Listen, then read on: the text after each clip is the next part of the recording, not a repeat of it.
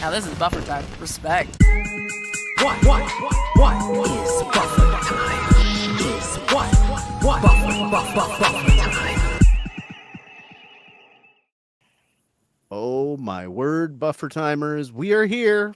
We're going to talk about this Section 31 thing that pretty much nobody likes for some reason.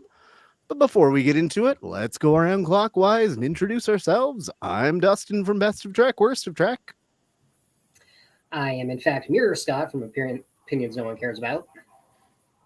Ooh. I'm both versions of Windgrace integrated into one. I'm just regular Ren Rants. All right. Now that we've gotten past, which of the many universes we're from, I guess I should have put on my purple makeup and been from the Perp universe.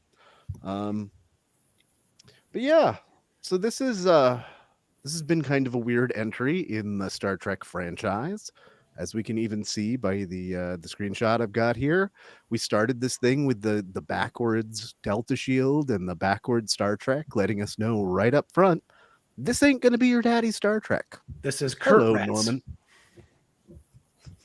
What's up, Norman? Stardex.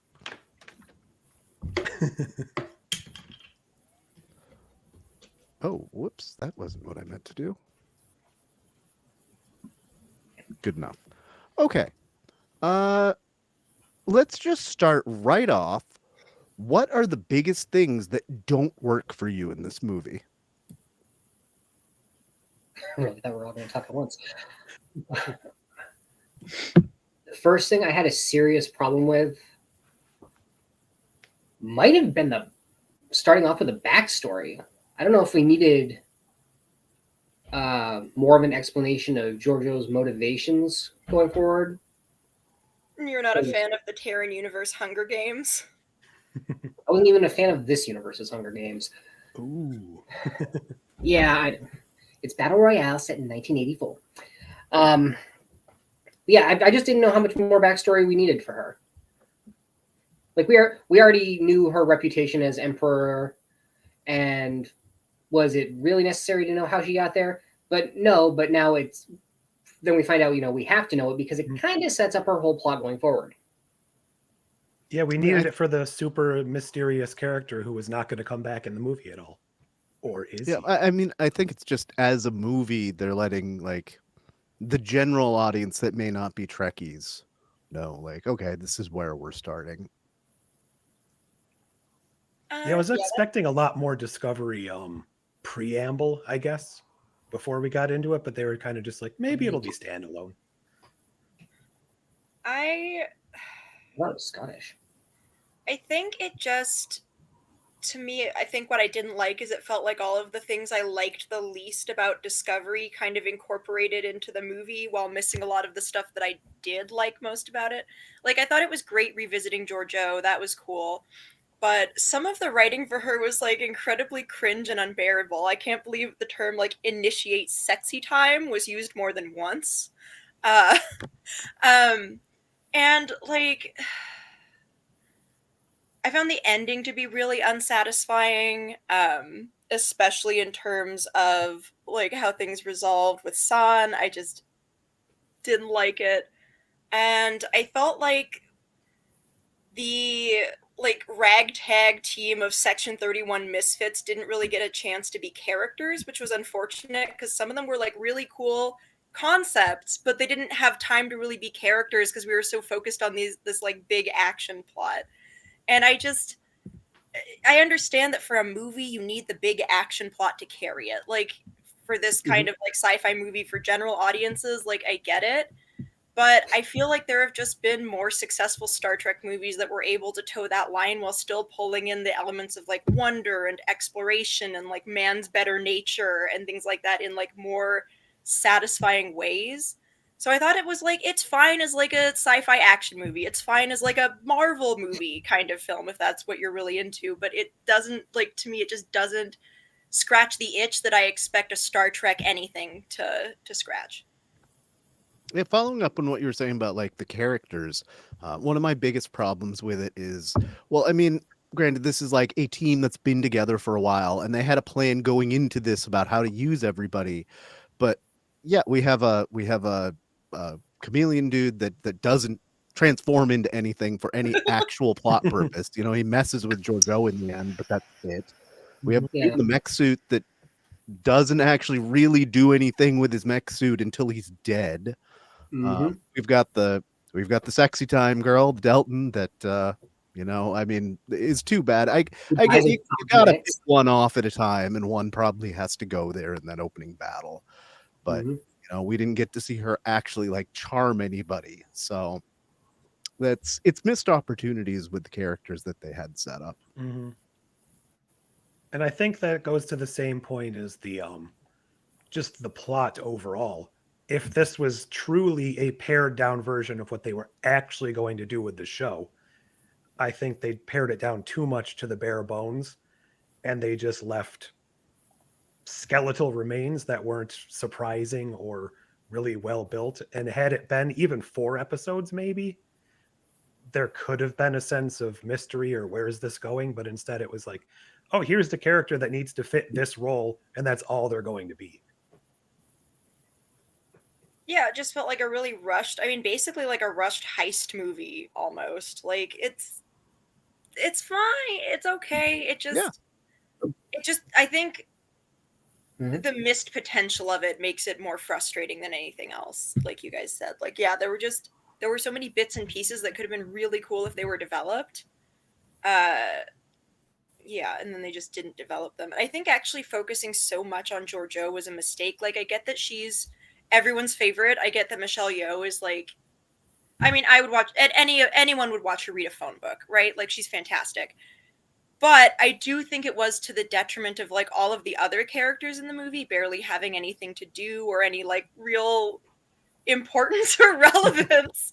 Like they're kind of just around while Georgiou does literally everything. True. I'd watch her read section 31 of the phone book. And you know, if they're gonna do stuff that maybe it was just me, but okay. I mentioned this on the Discord server, I think. That whole bit at the beginning where Georgiou's like, yeah, I know you guys are section 31. I had you tagged from the beginning. I don't know about anybody else, but I immediately flashed back to the very first Mission Impossible movie where Tom Cruise does the same thing after his team is killed. And, you know, if you want to do stuff like that, fine, just be a little more subtle about it. Like, I didn't want to pick up on that quickly. And don't get me started on the action sequences.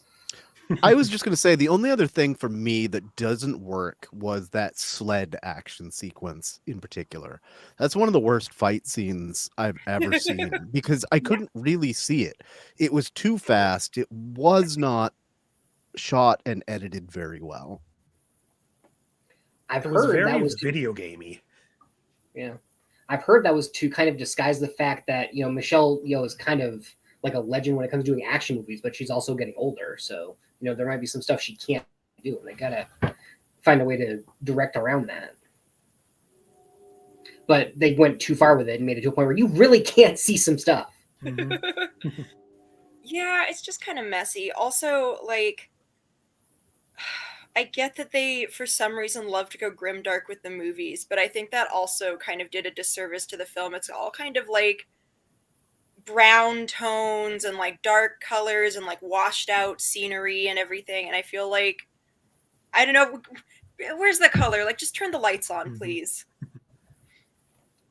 And this is probably a Trek fan's personal problem with it, but I got no sense of, outside of like a few context clues, it didn't feel like we were set anywhere in the Star Trek timeline or the universe. Like you couldn't look at it aside from the brief moment where they played TOS sound effects on the bridge. Or like they show that map of the Federation, and you're like, oh, I know that planet. I know that planet. I know these places. Like, other than that, yeah, they could have been anywhere. Also, for like a first look at Section 31, I feel like we got very, very little in the way that like Section 31 operates, or like how their hierarchy works, or like how they fit in to like the larger Trek universe. Because honestly, tracking down Georgiou, I don't see why that needs to be a Section 31 mission. Like, she got her butt kicked by regular officers repeatedly. Like, I don't quite understand the need for all of the cloak and dagger and stuff, and I don't think the plot justifies it to me. Yeah, one of the biggest criticisms that I've seen other reviewers make that I do not agree with was actually how it's mainly something that I've heard all along that, like, okay, Section 31 as a whole, it just doesn't fit into the Star Trek universe. You know, the whole CIA analogy, we don't need that. And all of the bits surrounding it aren't good.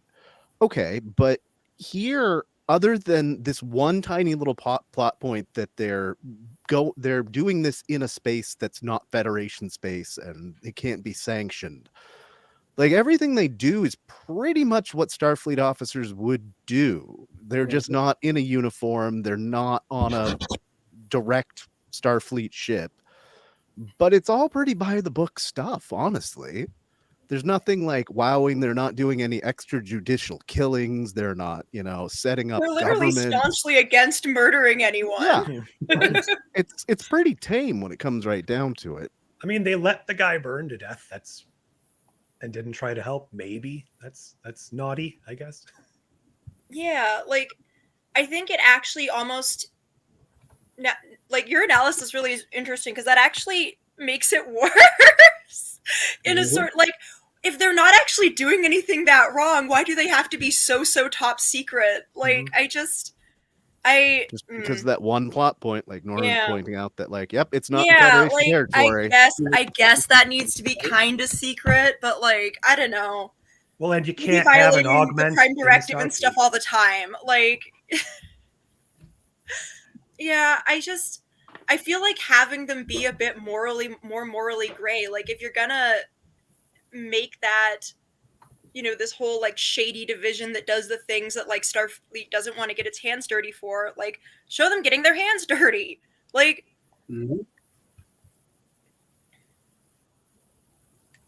yeah, I mean, I think they were trying to appease to that section of the fan base that says, like, oh, well, Section 31's dumb idea. You can't go around, doing this yeah, you know what I'm trying to say. You can't go around killing off the high-ranking officials of other groups, people. So I think they might have watered it down a little too much, but just in that, like, it's fine. Yeah, like, they don't have to be, like, evil. I don't want them to be, like, baddies, but, like, they're not even on the level of, like, morally gray of, like, the folks who covered up the Pegasus disaster. Like, give me grayer. We have grayer within, like, the actual, like, existing, like, main storylines of, like, main officers, I guess, is my thing. So, like, we've got this, like, whole organization that's allegedly, like, so much more secretive and, like, why? Well, not that we're ever going to get the follow-up. And I'll ask this question way later, but what they were setting up at the end seems like there's a huge gray area coming up, but we'll talk about that one in a little bit. Was there any more things that you guys absolutely hated before I ask the question about what you actually liked? I mean, I wasn't crazy about where they pinned it down in the timeline. I mean, technically, that makes this a Lost Era movie, but it is. I thought still really don't know anything going forward. I thought the setup with Fuzz murdering mech suit guy by the end was way too obvious. Like, immediately, the second they're like, "How did this happen? It doesn't blah blah blah." I'm like, "Oh, it was the guy who said he can get into the body mods. It was that guy." Mm-hmm. They literally gave the explanation of what was going to happen later. Yeah, they like explained how he was going to murder that guy, like, at the beginning of the movie, and it's like, well, he did do that. Cool. Who could have guessed? Who could have foreseen? Yeah, it wasn't much, but it has Norm. This is the only canon Lost Era stuff that we kind of know about. And it doesn't even feel like Star Trek.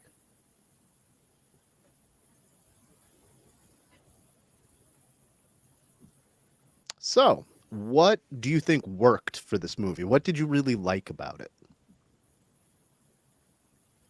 So I know a lot of people are against this, and this is based purely on the marketing. I liked that I guess, fuzz, for lack of a better term, for the actual Vulcan character, wasn't just a goofy Vulcan. Like in the marketing, I thought he was just going to be a kind of a goofy looking, emotional Vulcan for no reason, but to actually have a unique backstory, which felt wildly out of line with Star Trek, but I'm ready to roll with it. That part surprised me, so I thought that was actually kind of interesting. Yeah, outside of his like really over the top Irish accent, I did appreciate the nanokins and that idea. I know it's a little derivative of Men in Black, but even this is like quite a bit different than that. Mm-hmm. Right. Plus, Men in Black's old enough that I'm fine with people ripping it off now. As long as you don't rip off Men in Black 2, because no one cared. I kind of liked that one, but I saw it when I was small, so Oh, I forgot that, about It had now I'm moments. nostalgic for it.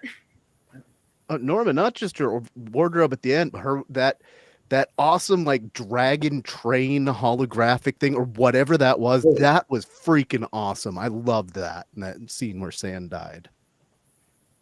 Yeah, that was really cool. Died. I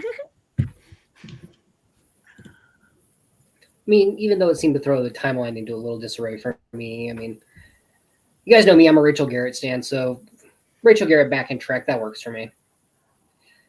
She wants to be a captain. Do we think it'll happen? I don't know, man. Stay tuned. Apparently she's going to be a captain for a long time because this is, I worked it out, it's something, if you're right about the year, Dustin, then it's something like 20 odd years before she goes into the future. And right at the end of the movie, she was made a lieutenant commander. So in those 20 something years, she's going to rank up twice and then die. Yeah, it makes sense. I mean, she's lieutenant commander by the end of the movie, so I mean, Picard was a straight captain for what, like 30 years before he became admiral. But Picard wasn't having casual sex with Chaos, so That was the only, like I did enjoy like her science stuff, and figuring out how to like put stuff to bed at the end, and some of her like realizations. But yeah, that Chaos stuff came out of absolutely nowhere.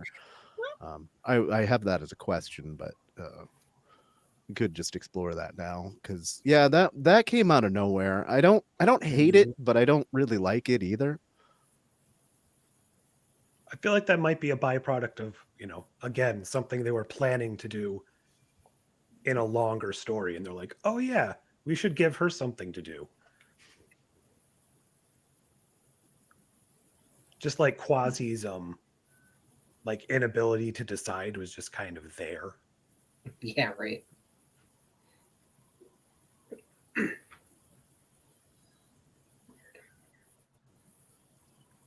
I liked the out of phase fight scene at the beginning. I did think it was a little too what am I thinking? Convenient that that San also had that like phasing tech, and he just like happens to come into it, and oh yeah, I'm gonna need this. All right, we're gonna do this. But I thought Yeah. it was a really cool fight scene. I mean, they could have put that in the little prequel thing, that was one of the pieces of equipment they had in the Hunger Games or whatever.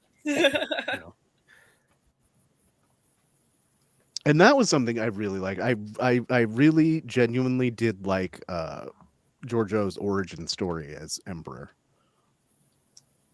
I thought there were elements of it that did work well. I thought the Hunger Games aspect of it kind of was quite silly. But it was like the scene where she kills her family like did get to me a little bit. Like that was brutal. And I do think it kind of communicated a good amount about like the values of the Terran Empire, and how the like extreme extent they're willing to go to for this level of brutality like isn't entirely unique to her, at least not at first. That was cool. And yeah, her performance throughout the movie is just, I mean, so good. It makes the movie. Yeah.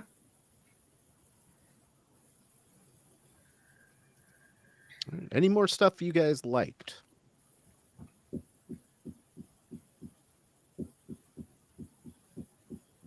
feel like there will be more after I like watch this movie again, like a couple months down the line once I've gotten over the things that annoy me about it, because that's what happened with the first season of Discovery for me. Fair. Yeah, my next question, and we might have already covered it. What did you think of the whole Rachel Garrett chaos thing element? Yesterday's Enterprise is one of my favorite episodes of Star Trek, like, period, and I love Rachel Garrett, so I was just, I don't know. It felt like a weak way to, because again, we already commented that they weren't really all that roguish to begin with, but it felt like a way to be like, oh, these people are kind of like outside the law, and this is her introduction to that, but she's not completely stepping over the line. But there was no real moral ambiguity to begin with, so it was just kind of there.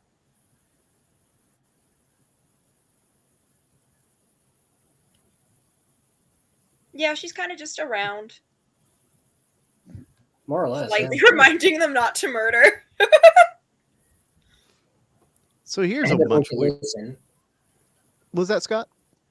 And they're going to listen, which is weird because I thought they were supposed to be operating outside the jurisdiction of Starfleet. But yeah, we're going to listen to this Starfleet lieutenant who's telling us not to murder.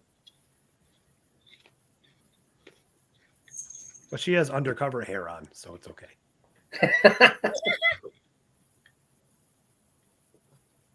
It's a good choice for a top pick, Murren. Mm-hmm.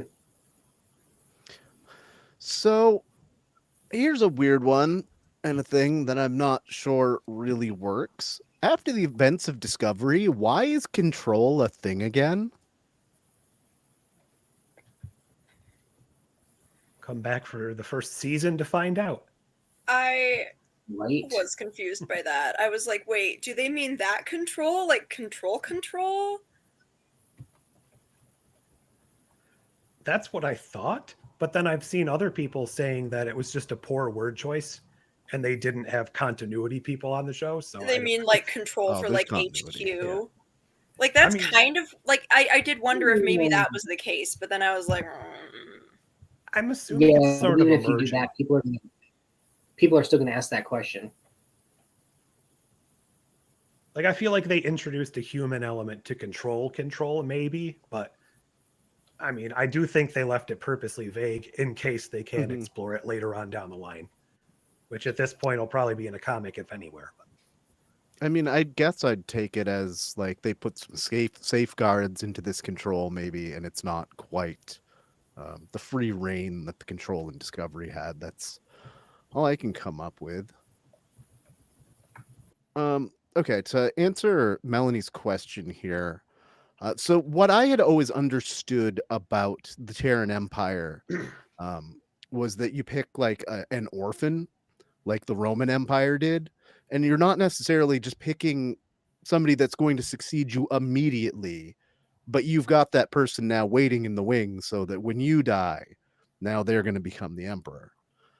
So I guess that still plays into this because you now have to kill your parents and become an orphan to complete this task.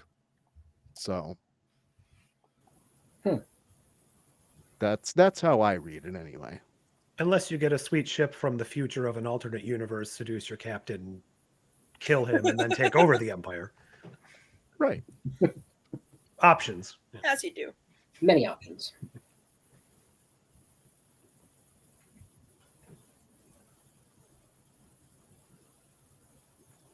Okay.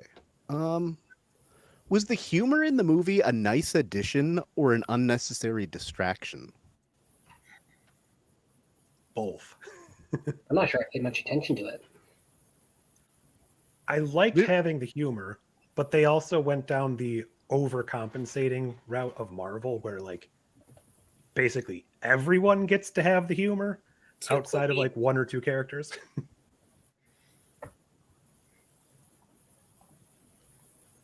I think it would have worked better for me if I like yeah. knew or cared more about the rest of the characters, because then like I think I don't know, the jokes would have like landed better, especially because some of the humor seemed to be like based on the relationships between these characters, but we never really get to know their relationships with each other very well. So it's like Yeah. it gives you the feeling that you're like with a group of new people and they're all telling each other an inside joke that you don't get. And I think we needed to like build more of the like rapport between the characters so that we feel like we're part of these inside jokes. Yeah, I agree. The God's End thing, that wasn't a very good Oh my joke, God. but there were several. I've watched this twice, and there were several jokes I laughed at both times I watched. In particular, the little doll at the end, when it's like, "We're all going to die." I loved that. Absolutely loved that, hands down.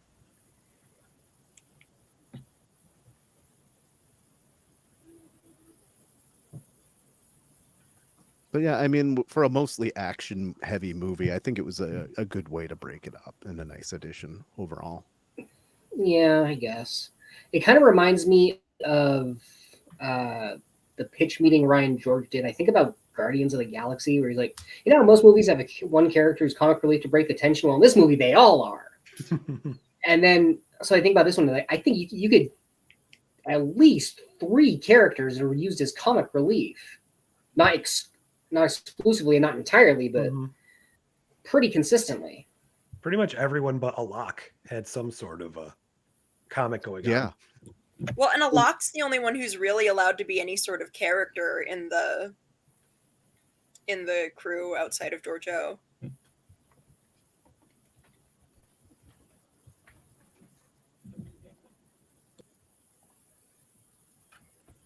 So, in general, one of the things that doesn't work for me in a lot of Star Trek films is the villains' motivations. Insurrection, Ruafo, Oh, God. garbage motivations. From the most recent one before this, Beyond, I can't even remember that dude's name, and his motivations have never made a lick of sense to me at all. I think it was Krull. Yeah, that sounds right. This one goes Idris So I Elba. was like, oh yeah, the Crow Blade, but that's it's not even written the same way. But yeah, there's been and Shinzon, like, I understand his motivations, but he's just not a well-written character. So what do you guys think about the motivations of the villain here? Sand specifically. We're not talking about Data, no, Oh yeah. or Fuzz. I don't know. Oh my God. I mean, I guess it's just kind of your standard revenge plot, really, and now also, I guess, turning his back on his values. So it's kind of, okay, I guess. I feel like we also didn't get to know him enough to, like, really, for his motivations to, like, really hit home. I think this honestly just needed to be a longer movie. Yeah. Well, you I wrote like- it that way on purpose, didn't you? Hmm? I would say Melanie's comment here, she's like, they threw everything at you from everywhere all at once. You wrote that way on Oh. purpose, didn't you? I get it. Yes. I liked the swapping, but they didn't really explore it that much. That Giorgio was the one in the mirror universe who then came to our universe and now has more of the good values, or sorry, the Star Trek universe, not our universe, the Prime universe, and got the better values. And he started out in the mirror universe kind of with better values because he wasn't able to kill his parents. He had emotion, and they swapped places. So now he's coming here to fulfill the destiny of the universe that ruined him. And she's here trying to prevent that. So it's like a swapperoo, switcheroo, whatever.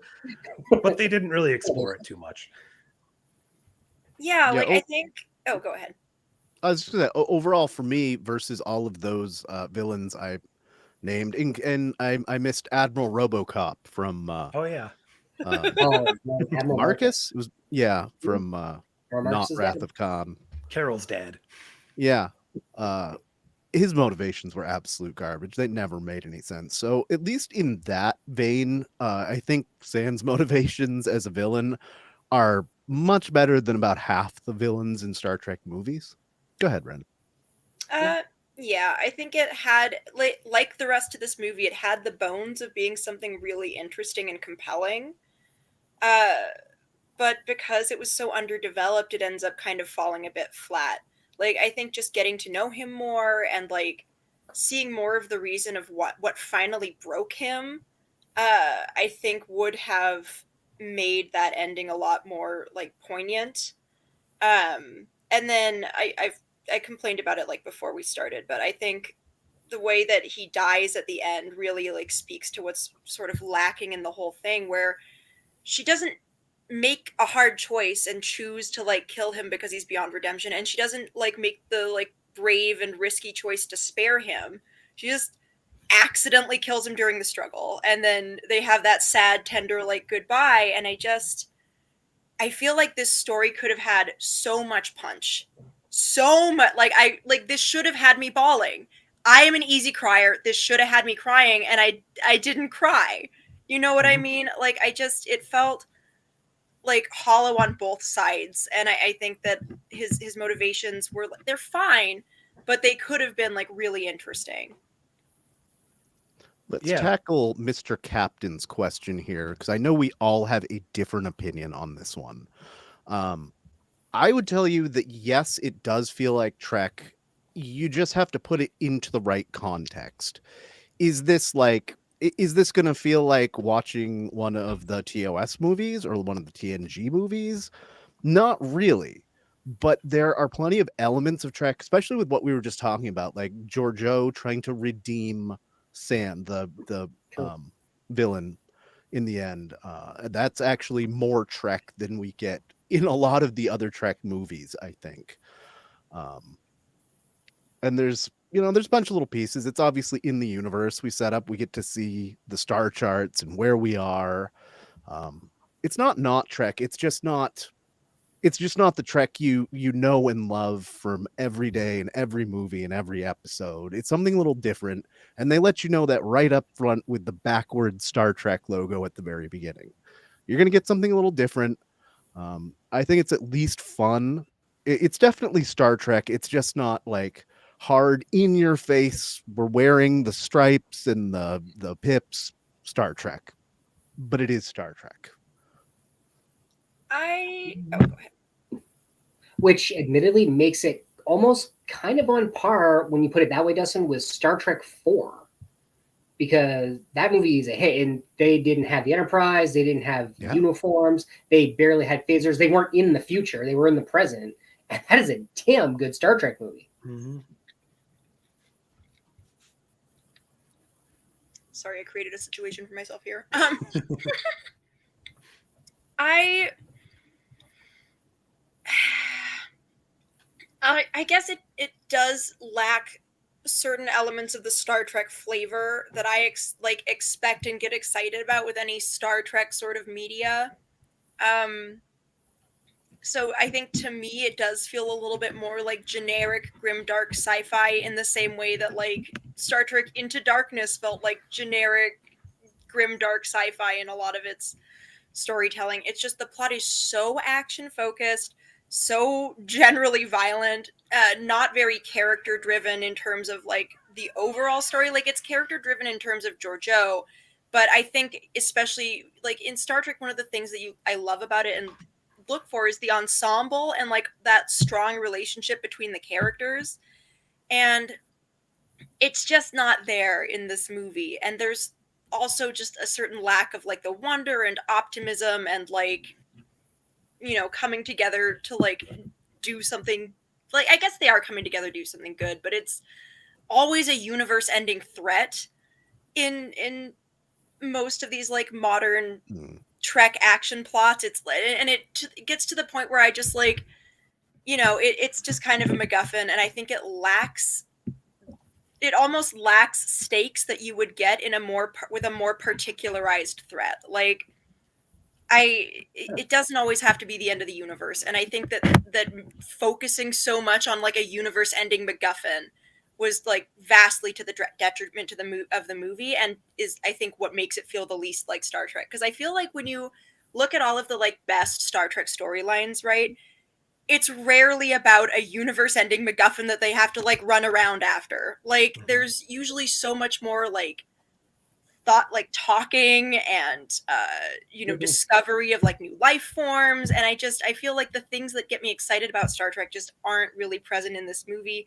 but it's a good sci-fi movie. Like it's a pretty good movie. It's just with all of the baggage of what I want from Star Trek, it doesn't quite like satisfy.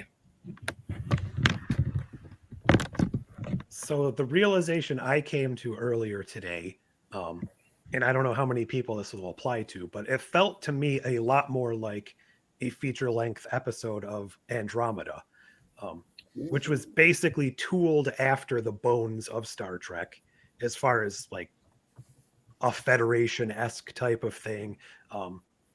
All the sort of bones of Star Trek, but without the heart and the soul and the ethos of what makes a normal Star Trek show is more of an action adventure, more of a bunch of roguelike characters like out for themselves, except for the one Starfleet type character who is Kevin Sorbo, so he wasn't very Starfleet anyways. But,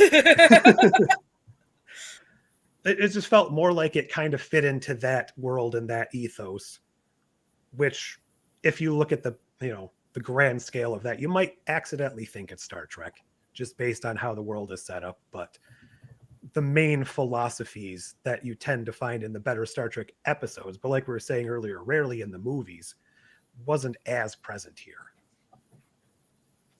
Yeah, I think it's pretty much on par with a lot of the movies. As far as like being Star Trek, that's hard to canonize. I like what Scott said about like Star Trek 4. Like, yeah, you can do a thing where not everybody wears the uniform and the pips and does a thing and still have fun. I don't think this is quite as good as that. But I don't think it's that bad. I wasn't saying.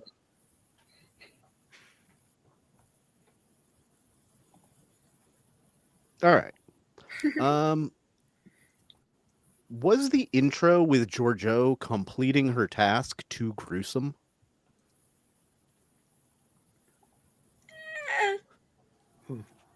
I mean, compared to some of the stuff that Disco threw at us, I think it's fine. I think it is more violent than what you'd expect from like 90s Trek, which tended to have more of like a family feel to it. But I don't think it's like shocking, horrific violence. I mean, it was mostly just family throws up blood and then she like burns a guy's face. Like, we've seen her brutal more for the context than the visuals. As far as things that like make it Star Trek, that's actually, in terms of the mirror universe anyway, that's like very Star Trek just because it's so on brand for what we know about the Terran Empire. Yeah. This is true. I think so. Someone posted in the comments how it would have been cool to see like some of Philippa like adopting Michael, and like I think it would have been cool to see generally more flashbacks of her life in the Terran Empire, because I think that's the more interesting stuff with Georgiou that we haven't really explored much in terms of like how she is, who she is, and why she is that way. And I think like the start with her killing her family was a great start to that. But I think that we kind of just, we have like one other flashback, maybe two, where it's her and San, and that's fine. But I think it would have been cool to see more of like her rise to Emperor, her adapting to becoming that person. Like, I feel like there was so much cool stuff on the table to explore with her, but we spent the whole movie chasing a stupid ball.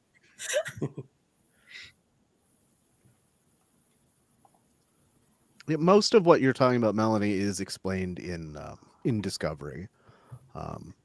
I mean, she was pulled out of the mirror universe when she was about to be assassinated as Emperor, and then the Guardian of Forever a few years later. Oh, and then she jumps 800 years when she's in the Prime universe, and then the Guardian of Forever sends her back 700 years, and now she's here, and she owns a bar.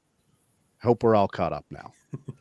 I wish we spent a little more time in the bar too, because actually the idea of her running like a rough and tumble establishment outside of Federation jurisdiction that's kind of like a speakeasy brothel situation where she's like a space madam would have been so badass, like so on brand for her, and we like barely spend any time on it.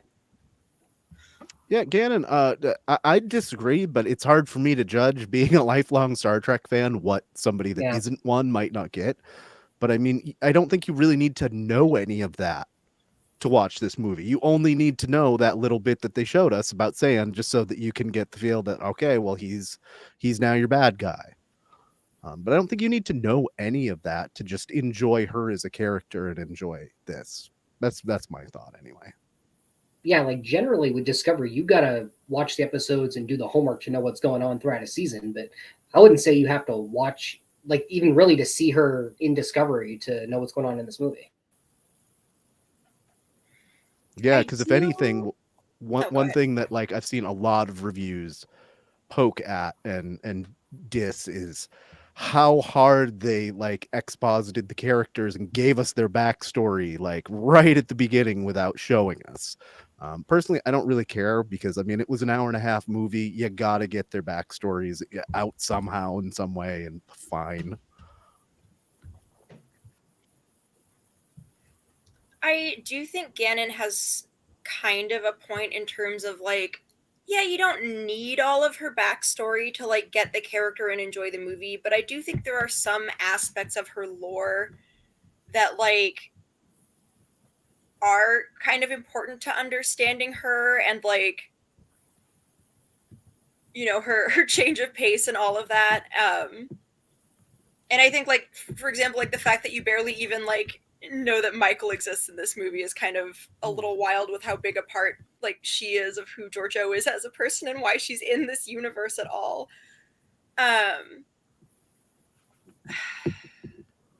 It's just I understand that with like such a short movie they can't cram a lot into it, but I kind of feel like part of the problem is it makes it so it feels like you don't know who this movie's for, because like if you're making this movie for Star Trek fans, it's missing a lot of the things that Star Trek fans have like been screaming at the top of their lungs that they want, which is kind of, more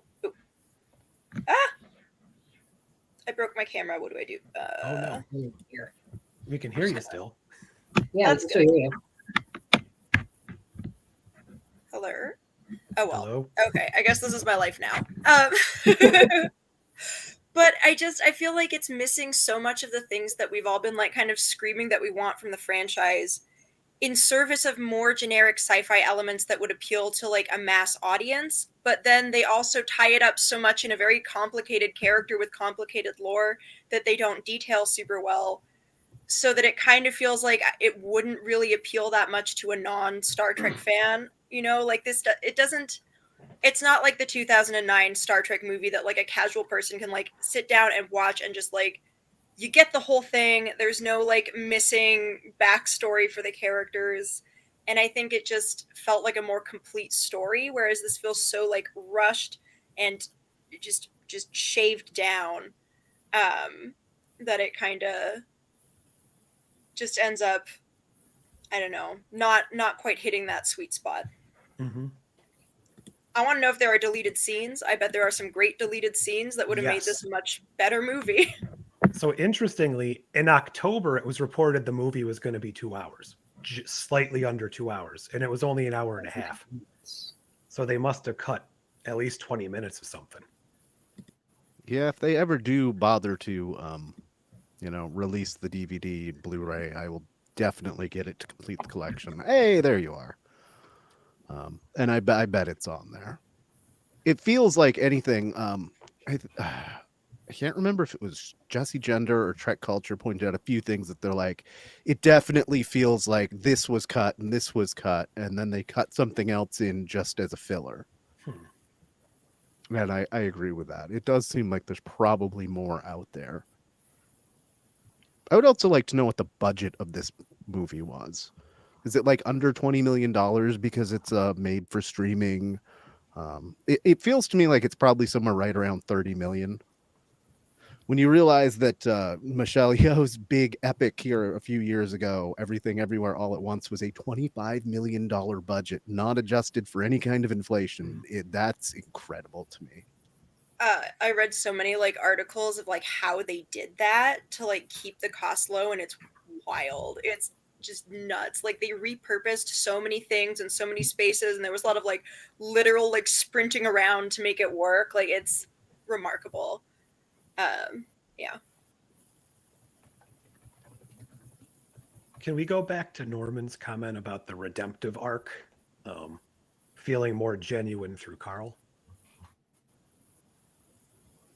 So I agree that she had a good redemptive arc in Discovery, Mhm. but I think this goes a step further because she never actively dealt with the mirror universe proper ever again in Discovery. She kind of came to a reconciliation Yeah. through a fake universe with Carl, through Michael and all of that. This is the first time kind of the consequences are catching up with her from her former friend and the former doomsday device that she created.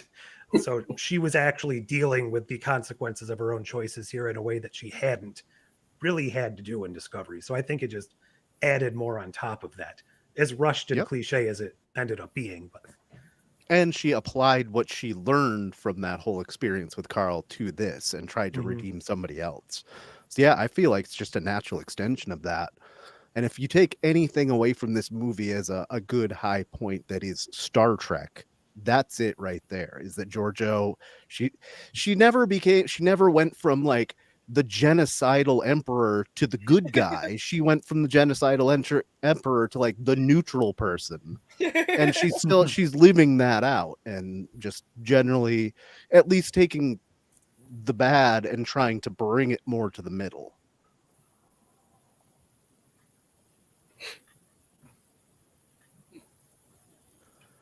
So the last question I have on the board, did anybody catch what that last mission that if we ever got like a future or whatever they were setting up there was?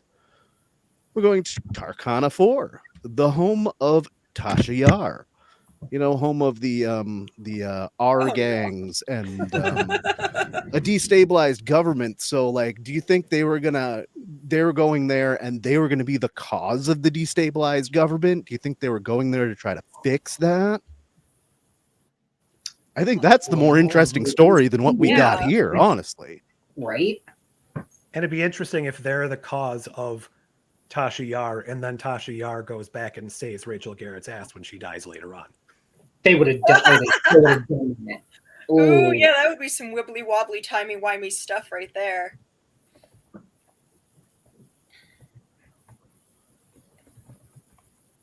But then you would have to explain why Garrett doesn't recognize Tasha in yesterday's Enterprise. Did she interact with Well, Tasha I much mean, before she died? just because you go to somebody's planet doesn't mean you've met every Well, person true. on that She planet. wouldn't be born yet. I And she guess, was a kid. technically. Oh, Or that's she true. was- She was very, I don't know. Yeah, probably not born. Yeah. If this is 24 or whatever. I do hope this movie does well enough that we get some future adventures. Maybe that they put a little bit more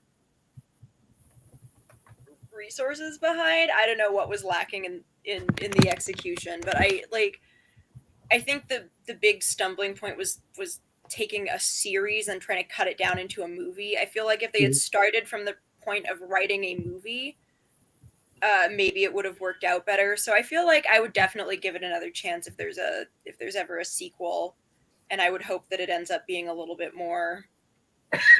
Unfortunately, given the blowback that I've seen, I don't think there is a chance in hell of this ever being followed up on. Well, to Well, be fair, all modern Star Trek gets crazy pants blowback. I feel like if This is it's way really worse. just going to depend on if people watch it, because even if people hate watch it, like they'll keep making stuff that people hate watch if they Velma watch season it. 2. Like, they get rid of stuff that people, they get rid of stuff that people like we're actually in the mirror universe. So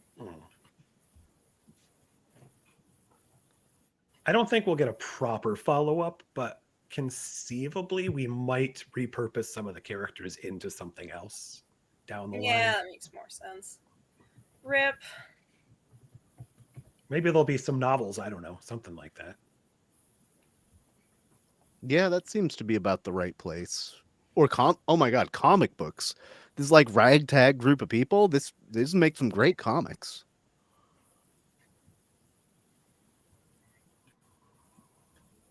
And with that, I have no more questions. Do you guys have anything else you want to throw out there about the movie?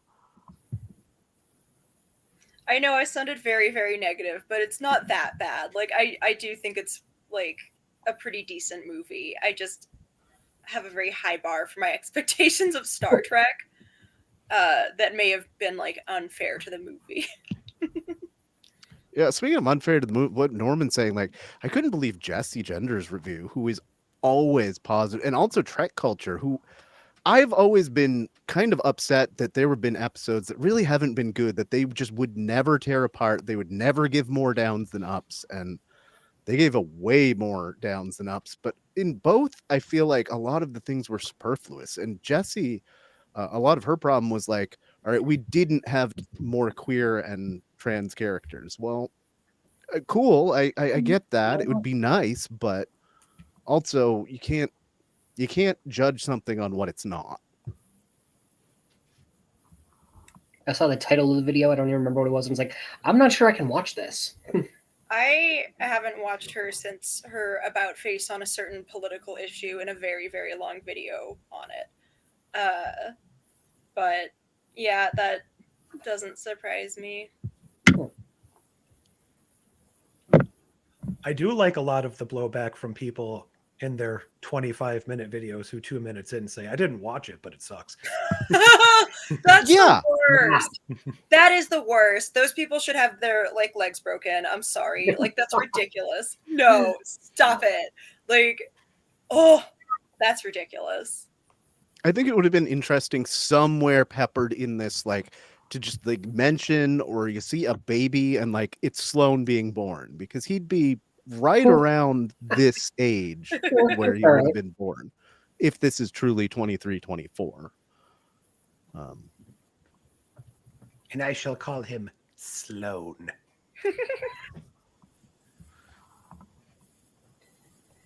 Anybody else think about what they would have done differently if, they'd been the one to make this? Using what was there or just from the ground up? I mean, I love like a ragtag ensemble on a mission movie. Like I feel like this movie is a trope that exists in like so many incarnations, both in sci-fi and other genres. Like this can be done well so easily. I would have just made this a longer movie and like given the characters more. I would have given more Georgiou. I would have given more of her like Terran backstory and like her rise to power. And I would have like included a lot more in terms of either backstories of the rest of the ensemble or just moments between them where they get to be characters. Like it just needed more breathing room. I think this could have been a really good movie with just a little more connective tissue. Instead, it's just like a skeleton shambling around making clickety sounds. On Norman's point here, I just want to throw out how many people left comments on my little 2-minute review because I was too sick to do a proper review that were all hardcore Trumpers, and you can tell by like the icon with like the he got shot or the Trump Superman icon. I have never seen so many like MAGA folks trying to pretend that they care about Star Trek and being mad about this. So yeah, I see that, Norman. So as far as what we could do to fix this, I haven't thought this through, but it would be a lot more of a gray area. You get to, if we're going to use these group of people, which I think we're fine, like the characters, honestly, I think this is a pretty good ragtag group with a lot of skill set. But you got to use everybody's talents. You got to have the Comaloid shapeshift as part of the plot. You've got to have the dude in the mech suit really like tear some stuff up. You got to have, I mean, Delton, I understand somebody had to die early in the movie and it's too bad it was her, but you had to have her like really charm somebody. That's how I would have done this better. Yeah, Alak and his correlation with being raised under tyrants who had one conversation and never was relevant again. Nor did he really use his powers. Whatever they were. Yeah. Yeah, that's the hard push ones. I also wasn't fond of their ship, but that's a personal issue, I think. Which one? The original one or the garbage scow? The garbage scout Both. mostly, but Fair. Stan's ship looked too much like the Milano from Guardians of the Galaxy for me to take it seriously. Okay. I would have also found excuses to go to more like, I don't know, environments, interact with more people, just so that you have more like, I feel like visual variety is what was really like sort of lacking in the aesthetics of the movie. And that could have been also just a nice way to make it feel more involved with the like larger universe. I don't know. Yeah, we got a lot of call outs to Trek things, but not a lot of things that felt like we were in Right. established Trek. I will say, as far as that garbage scale goes, I did like the idea that like it didn't use a tractor beam; it used a tractor field to pull trash in, like it's a big trash magnet. Like a That was big net, cool. yeah. Yeah. But if I was going to change this, I don't know if it's because I watched the episode recently, but I want to see it something more like, excuse me while I dust off my Latin, Inter Arma Animum Silent Legis, Wow. where not only are they operating on, is Section 31 operating on the fringes, but there are some Starfleet officials involved. Garrett is probably pissed over that because she's been brought up on honor and duty and all that shit. And if I really wanted to annoy some people, because apparently I just have a thing for references now, I'd have said it even later when she was actually a captain but still involved, and then right as she comes back at the end, like, Captain, we're getting a distress call from the Klingon outpost on Narendra 3. Well, I always wanted to be a captain. Let's find out. No, even something that's widely thought of as not a great episode, Gambit and TNG, felt more like gray area than this. True. Yeah, I agree with that. Yeah, it was like they tried to play it safe with Section 31, and that's, I don't think no matter what you did, you were gonna piss off a section of the fan base with this. If you went hard into the gray area and into the like extra legal Section 31 stuff, you were gonna piss some people off. If you water it down like this, you're gonna piss almost everybody off. Yeah, it's hard to defend it kind of against the haters because like they're hating it for totally the wrong reasons, but there are a lot of like problems with this movie. I actually kind of, not that I wanted to originally, but at this point, I think I would have preferred to actually see it as a short series at least. Yeah, like a When it mini was- series, like Yeah. Yeah. a 4 to 6 episode deal. And not over bloated. Like, don't give it 10 episodes and then have 4 of them completely irrelevant and go off the mark for no reason. But, actually give it enough episodes to tell what you want to tell. And don't over bloat it and don't cut it down. Just do you. Then we could have gotten more of the flashbacks to the mirror universe, and it could have felt more fleshed out. And maybe we could have had, more than 10 characters who all just fit their generic role. Foz is definitely the most tossed up character from every review that I've seen. There's some people that just absolutely cannot and hate it.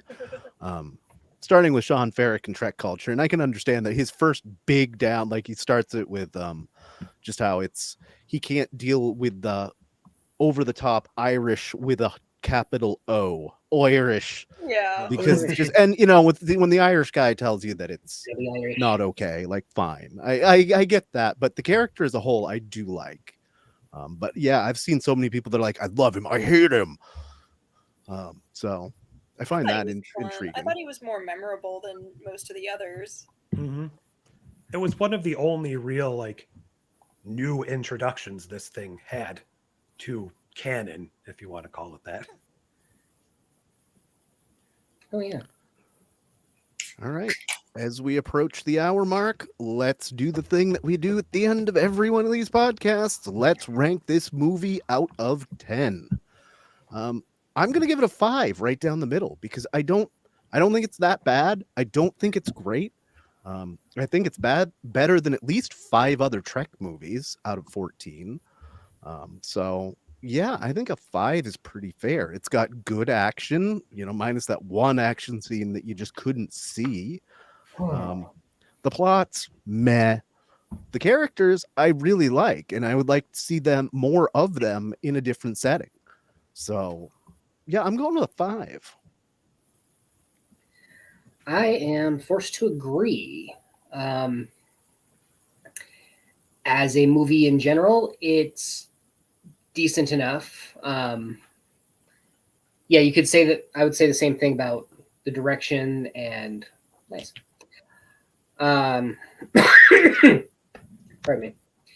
As a Star Trek movie, though, it does come up short because a lot of the time it just doesn't feel like Star Trek, no matter how many vague references and callbacks they might put in it. Mhm. Garbage Scout, I like that. Should be So you're giving Hardaway it 2, Norman? as Just to be garbage. clear, are we giving it a 1 or 2? Go ahead, Ren, in the meantime. I am also gonna give it a 5, and I will say I planned on that rating before sitting down with you guys tonight. Like, I agree. It's like it isn't terrible. It's not a bad movie. I would argue even that it is a pretty okay to decent movie, generally speaking.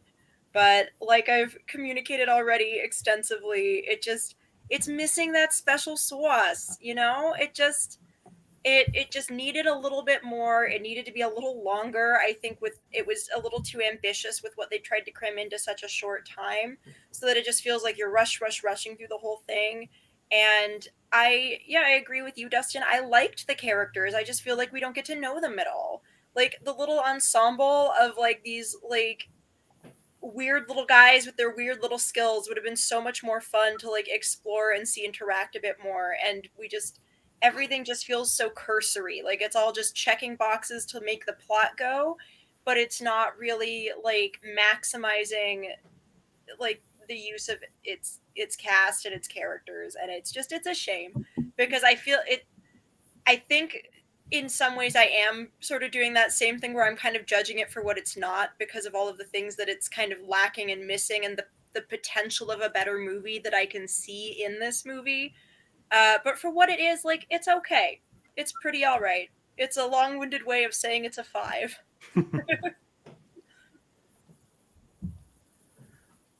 I'm going to have to go a little lower. I'm going to probably give it about a 4.25. The one thing it did outside of the scene we all seem to hate, the little sled fight or whatever, that was the only time I found myself just looking at my phone like the whole time. Like, and I couldn't stop. I tried to look up again and I'm just like, wait, what a minute. But all of the characters going into it, I thought I was going to hate half of them, love some of them. Like I thought Sam Richardson's Kamaloid was going to be the best, and they didn't really do much with him.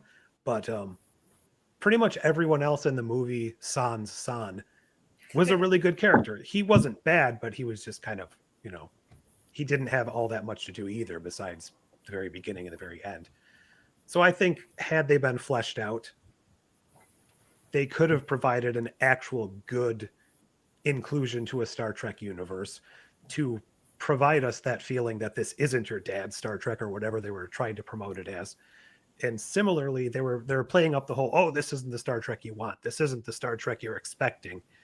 I wish they had really leaned into that and just gone really hard off the deep end or something, just done some really crazy stuff similar to like some of the later episodes of Farscape when they just threw sanity into a blender and just did whatever the hell they wanted to. Just really leave a mark.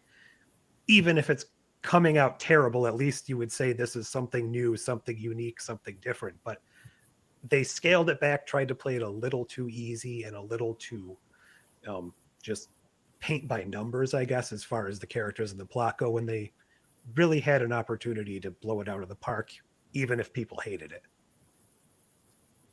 That's fair. I honestly, I thought I was going to be the highest ranking here out of 5. So I'm kind of surprised that more of you actually also gave this a 5. Because yeah, I know there's a lot of people like the Dead Man here, who, based on the comments that I have seen all week across the internet, that sounds like the general consensus by the internet. So I'm kind of surprised to hear that we all at least marginally enjoyed this. Any final thoughts on this movie before we get out of here? I really like what Grace said about the movie should have been more crazy and just like, throwing everything at the wall. I think if there's any character where you can get really weird and have it like pull it off. It's Georgiou. Her circumstances are so wacky. Like there's so much you can play with that, and there's so much already like absurdity and weirdness and contradiction baked into her. Like, yeah, I would have loved for this movie to do something weird. I think if it was a weird movie, it actually would have like elevated a lot for me. 100%.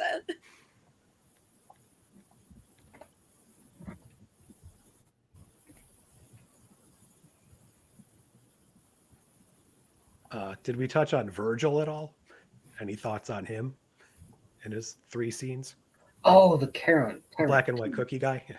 Mm.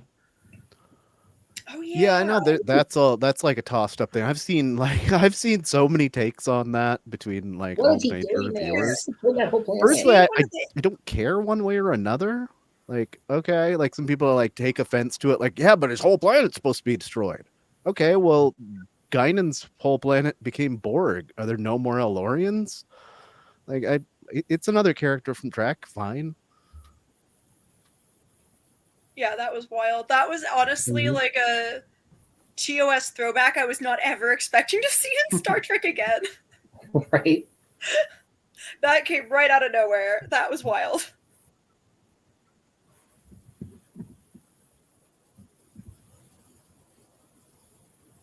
All right. So next week we're gonna do a whole expose on the Borg. I don't quite know what that's going to entail.